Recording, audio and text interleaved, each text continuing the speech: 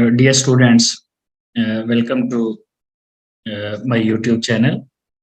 Dear students, PMC ने 4 जो sample test हैं स्टूडेंट्स के लिए अपनी वेबसाइट पे दे दिए हैं और वो टेस्ट वही स्टूडेंट्स डाउनलोड कर सकते हैं जिन्होंने उसके लिए रजिस्टर किया हो।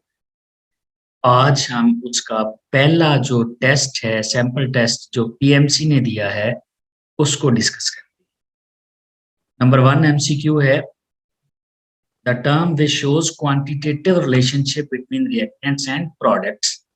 तो ये सीधी स्टोइकियोमेट्री की definition. In the reaction, burning of organic compounds in the presence of oxygen, which reagent is present in excess? तो यहाँ पर जो ऑक्सीजन होती है that is in excess. If uncertainty in momentum of electron is zero, the uncertainty in its position would be. देखें uncertainty principle होता है delta X, this is uncertainty in position, और delta P uncertainty in momentum is equal to और greater than h/2 pi. तो कि दोनों का relation inverse है यहाँ पर डेल्टा एक्स और डेल्टा पी का। तो इसका मतलब है अगर एक वैल्यू बहुत ज्यादा होगी तो दूसरी वैल्यू बहुत कम होगी।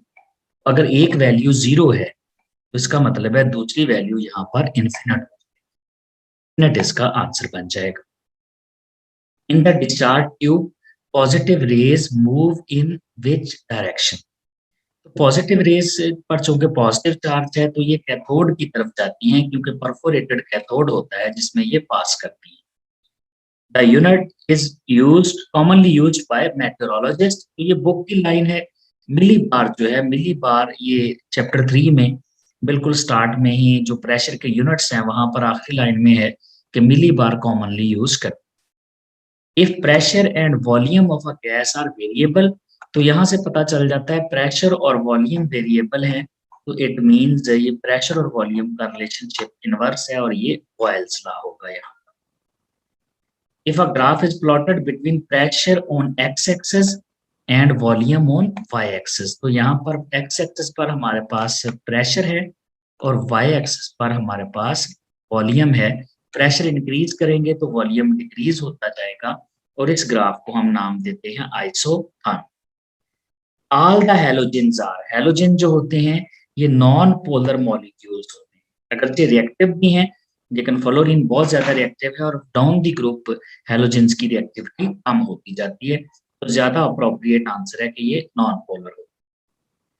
Sodium metal shows metallic cluster. Metallic cluster की वजह इलेक्ट्रॉन्स की ऑसिलेशंस होती हैं, यानी एक्साइटेशन और डी एक्साइटेशन की वजह से मेटालिक क्लस्टर प्रोड्यूस होता है।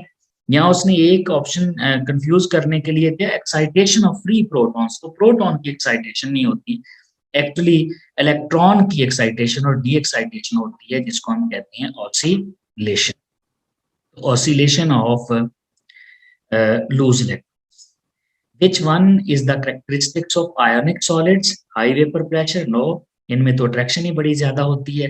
कंडक्टर ये होते हैं लेकिन सॉल्यूशन में मेल्टिंग पॉइंट इनका हाई होता है और सॉल्युबिलिटी इन पोलर सॉल्वेंट ये बिल्कुल ठीक है, जैसे NaCl वाटर में solve. In the closest packing of metal atoms, space occupied. Closest packing ये भी चैप्टर 4 है हमारी बुक का, लिक्विड सॉलिड वाला, और उसमें दिया हुआ है 74% इनमें ऑक्युपाइड स्पेस होती है, जबकि 26% इसमें क्रेवस या जिनको वॉइड्स या एम्प्टी स्पेसेस या इंटरस्टाइसेस कहते हैं वो होती है। HCl एक तरफ पार्शियल नेगेटिव पोल है, दूसरी तरफ पार्शियल पॉजिटिव पोल है, तो यहाँ पर दोनों के दरमियान डायपोल फोर्सेस होंगी। हाइड्रोजन बॉन्डिंग नहीं हो सकती। हाइड्रोजन बॉन्डिंग होती है जब फ्लोरीन ऑक्सीजन या नाइट्रोजन के साथ हाइड्रोजन अटैच होता है, तो तब हम कहते हैं ये हाइड्रोजन बॉन्डिंग है, तो यहाँ पर होंगी डायपोल फोर्सेस। नेक्स्ट एमसीक्यू है MCQ number 13, the type of hybridisation in diamond is. तो हाइब्रिडाइजेशन जो पहला तो ऑप्शन ही बड़ा इररेलेवेंट सा है कि टाइप ऑफ हाइब्रिडाइजेशन में स्फेरिकल लिखा हुआ है उसने, तो स्फेरिकल ये तो कोई हाइब्रिडाइजेशन की टाइप नहीं है, इसका मतलब ये तो आंसर नहीं हो सकता। अब जो डायमंड होता है, एक्चुअली डायमंड में हर कार्बन 4 कार्बन से अटैच होता है, और जब भी 4 सिग्मा बॉन्ड बने होते हैं तो हाइब्रिडाइजेशन होती है sp3। तो डायमंड में हाइब्रिडाइजेशन आएगी sp3। A reaction with the tendency of occurring in forward and backward direction, दोनों डायरेक्शन में जो रिएक्शन चलते हैं उनको हम कहते हैं रिवर्सिबल रिएक्शन। बहुत ही सिंपल क्वेश्चन है। रेट ऑफ रिएक्शन एक्चुअली होता है रिएक्टेंट्स का आपस में कोलाइड करना। With the passage of time ये कम होता जाता है, क्यों? According to law of mass action rate directly proportional होता है कंसंट्रेशन के। Concentration with the passage of time कम होती जाती है, तो इसका मतलब है कुलियंस कम होती जाती हैं, तो रिएक्शन आस्ता आस्ता रिएक्शन का रेट जो है वो कम होता जाएगा। Rate of chemical reaction helps in designing industrial process. तो हम इंडस्ट्रियल प्रोसेस वो वाला डिजाइन करते हैं दैट इज इकोनॉमिकल प्रोसेस होते हैं इंडस्ट्रियल, कंप्लीटेड इंस्टेंटेनियसली। हम ऐसा नहीं देखते कि रिएक्शन फौरन कंप्लीट हो जाए इंडस्ट्री में, क्योंकि ऐसा रिएक्शन फौरन कंप्लीट करने के लिए हो सकता है हमें हाई टेम्परेचर देना पड़े, हाई प्रेशर देना पड़े, तो प्रोसेस इकोनॉमिकल नहीं रहेगा। Instantaneous rate of reaction is the rate at any one instant, किसी भी इंस्टेंट पर लिया गया रेट जो होता है दैट इज इंस्टेंटेनियस रेट। ये रिएक्शन किनेटिक्स में से है। Exothermic reaction, in exothermic reaction heat is, exothermic reaction में heat given out to the surrounding यानी सिस्टम से बाहर निकल जाती है हीट एक्सोथर्मिक रिएक्शन। ये थर्मोकेमिस्ट्री में से है। एनीथिंग अंडर टेस्ट और ऑब्जर्वेशन इज कॉल्ड सिस्टम, ये भी थर्मोकेमिस्ट्री में से है। Anything which is under consideration which is under observation. Heat is the energy that flows across the boundary of the system, ये क्वेश्चन भी थर्मोकेमिस्ट्री में से है और ये बुक की लाइन है। Conversion of electrical energy into chemical energy, ये थर्मोकेमिस्ट्री में से इलेक्ट्रोकेमिस्ट्री में से क्वेश्चन है। इलेक्ट्रोकेमिस्ट्री की डेफिनेशन है इंटर कन्वर्जन है इलेक्ट्रिकल और केमिकल एनर्जी की। डिक्रीज इन ऑक्सीडेशन नंबर का कम हो जाना रिडक्शन कहलाता है, ये वाला क्वेश्चन भी इलेक्ट्रोकेमिस्ट्री में से। When the attractive forces dominate the repulsive force, यानी अट्रैक्टिव फोर्सेस रिपल्सिव फोर्सेस से ज्यादा हो जाती हैं, a state corresponding to the distance of, अब डिस्टेंस की बात की है यहाँ पर क्वेश्चन में प्रॉब्लम है, क्वेश्चन की स्टेटमेंट ठीक नहीं है। या तो वो हमें हाइड्रोजन का पूछता, क्योंकि हमारी बुक में हाइड्रोजन क्या है तो उसका आंसर 75.4 पिकोमीटर है, तो ये है तो बुक की लाइन। लेकिन इससे ऊपर वाली लाइनों में पूरे टॉपिक में केमिकल बॉन्डिंग में जो टॉपिक है हमारा एनर्जेटिक्स ऑफ बॉन्ड फॉर्मेशन, वहां पर जो डिस्कशन हुई है वो हाइड्रोजन की है, तो इसका आंसर बन जाएगा 75.4 पिकोमीटर। लेकिन क्वेश्चन की स्टेटमेंट ठीक नहीं है, क्वेश्चन ठीक नहीं है। नेक्स्ट है how much hydrogen atoms approach each other when potential energy decrease, कितने हाइड्रोजन एक दूसरे के करीब आते हैं, तो ये हाइड्रोजन मॉलिक्यूल की बात हो रही है। 2 हाइड्रोजन एटम हैं, दोनों हाइड्रोजन एटम एक दूसरे के करीब आते हैं तो पोटेंशियल एनर्जी कम हो जाती है, अट्रैक्शन बढ़ जाती है, अट्रैक्टिव फोर्सेस डोमिनेट कर जाती हैं। ये क्वेश्चन भी केमिकल बॉन्डिंग में से। In periodic table ionisation energies decrease from top to bottom, जब नीचे को आते हैं ग्रुप में तो आयोनाइजेशन एनर्जी कम हो जाती है और पीरियड में ज्यादा हो जाती है, ये भी केमिकल बॉन्डिंग में से। Group 1 elements are called alkali metals, ये S and P block elements है, यूएचएस का जो पीएमसी का जो टॉपिक है उसमें से है alkali metal.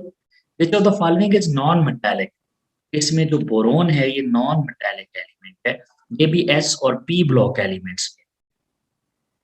Which of the following is not a coinage metal, ये ट्रांजिशन एलिमेंट्स में से है, जो हमारा टॉपिक है पीएमसी का ट्रांजिशन एलिमेंट्स। तो कॉइनेज एलिमेंट्स कौन से होते हैं? कॉपर, सिल्वर और गोल्ड। इसका मतलब जो आयरन है, iron coinage element, coinage metal नहीं है।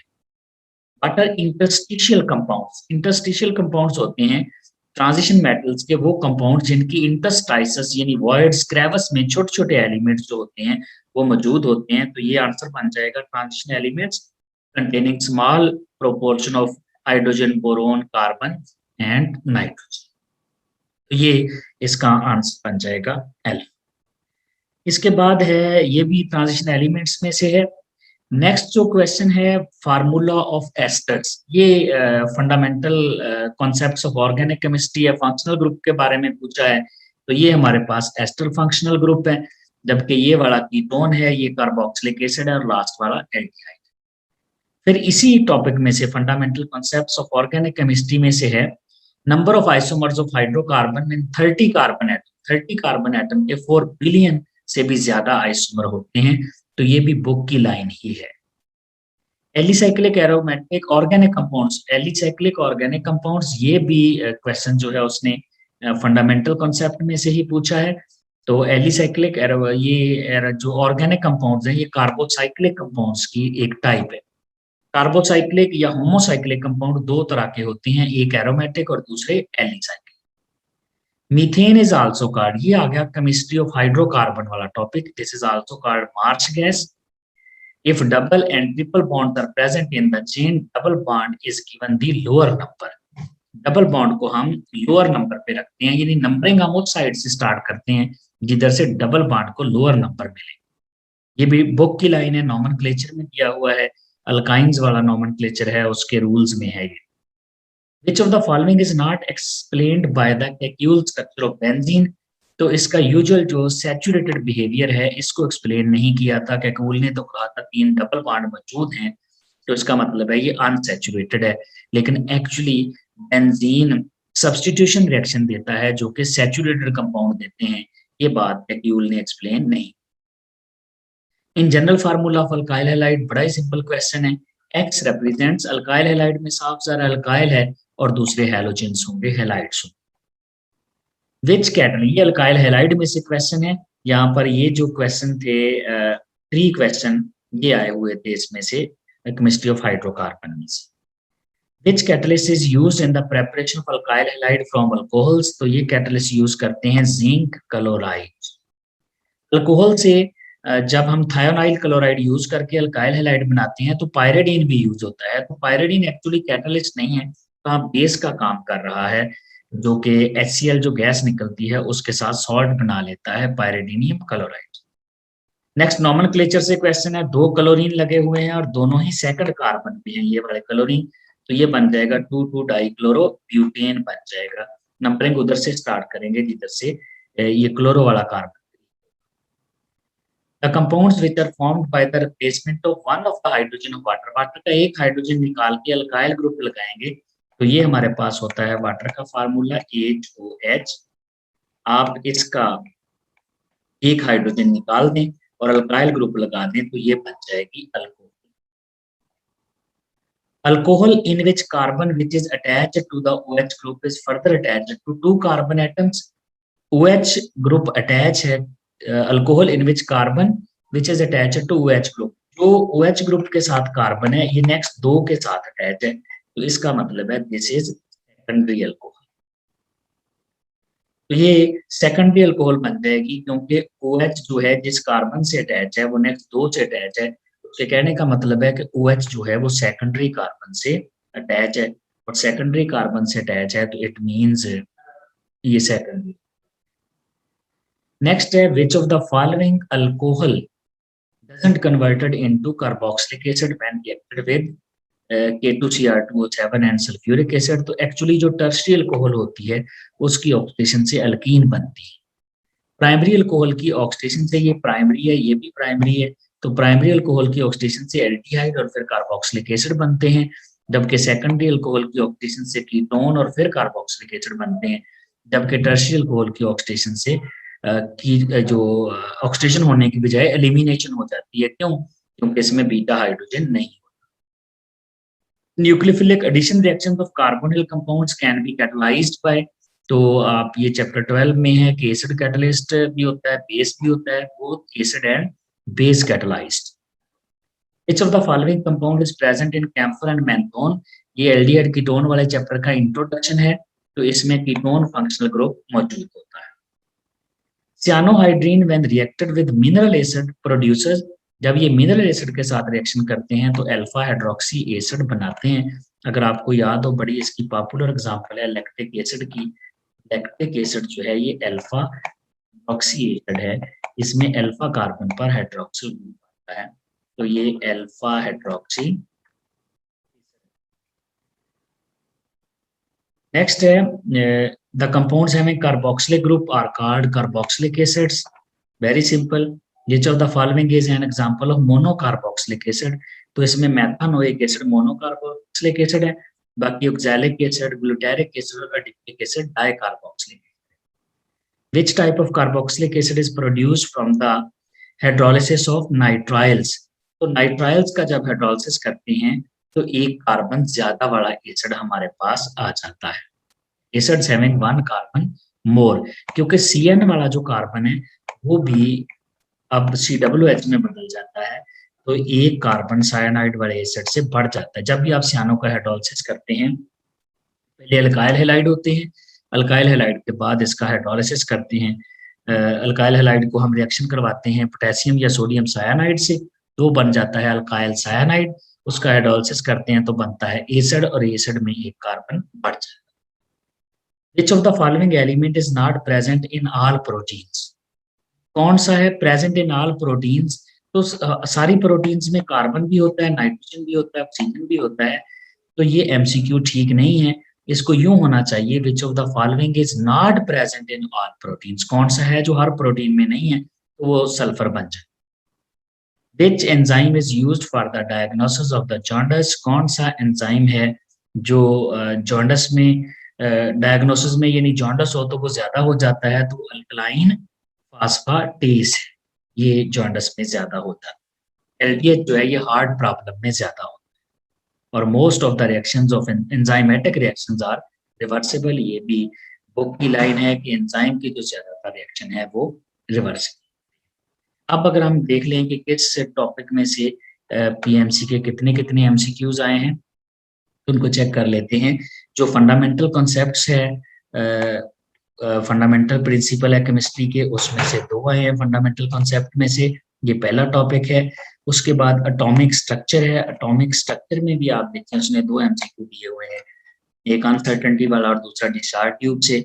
उसके बाद गैसेस में से यहाँ पर उसने 3 एमसीक्यूज दिए हुए हैं, एक यूनिट्स है प्रेशर का, और दूसरा बॉयल्स लॉ है, तीसरा भी बॉयल्स लॉ। उसके बाद उसने ये लिक्विड और सॉलिड में से पूछा है, हैलोजन में से क्वेश्चन, इंटरमॉलिक्यूलर फोर्सेस में से, और फिर सॉलिड में से है। ये क्वेश्चन लिक्विड में से एक है, जबकि सॉलिड में से यहाँ पर देखें ये वाले तीनों क्वेश्चन सॉलिड के हैं। एक पैकिंग वाला है, दूसरा आयनिक सॉलिड और एक मेटालिक क्लस्टर वाला, जबकि ये वाला क्वेश्चन फिर उसने लिक्विड में से पूछा है।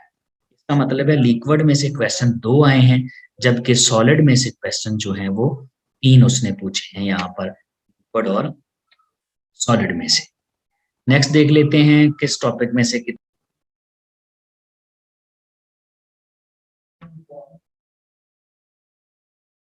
जी, इसके बाद है केमिकल बॉन्डिंग। सॉरी इंटरप्शन के लिए। केमिकल जो बॉन्डिंग है, इसमें से क्वेश्चन देख लेते हैं कितने क्वेश्चन आए हैं केमिकल बॉन्डिंग में से।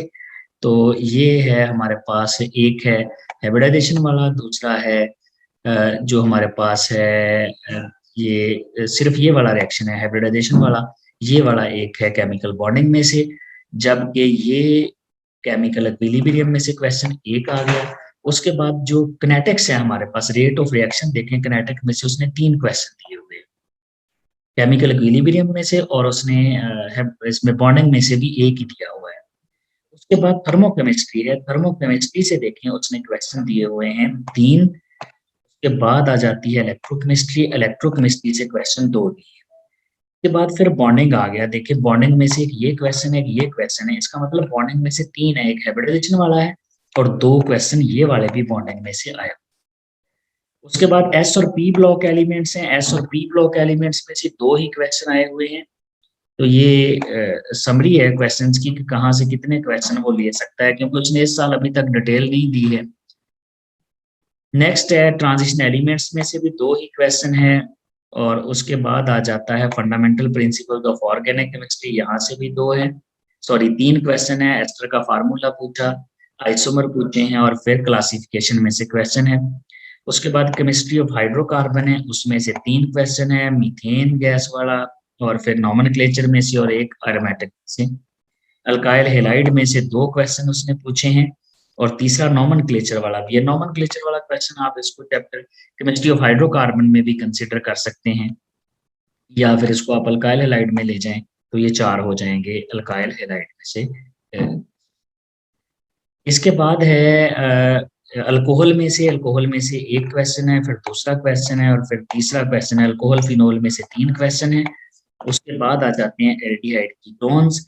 एल्डिहाइड कीटोन में से भी 3 क्वेश्चन है।